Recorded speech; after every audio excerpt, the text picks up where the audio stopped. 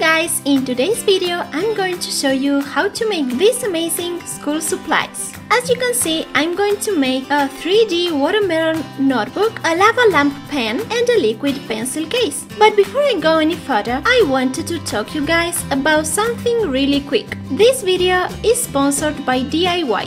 DIY is an online community where kids between the ages of 5 and 15 can learn any skill. It could be drawing, Lego, animation, singing, dancing, baking, any cool skill you can think of.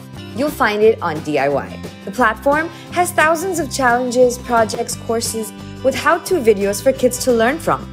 And then they get to share their thoughts, creations, and experiences with other kids from more than 148 countries around the world.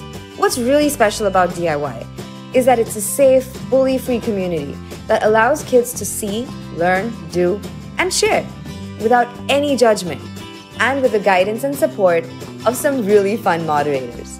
If that sounds interesting, click on the link in the description below to sign up on DIY.org for a 30-day trial that is absolutely free for unlimited access, along with new cool stuff that keeps rolling in every single week. And now let's start with the tutorial.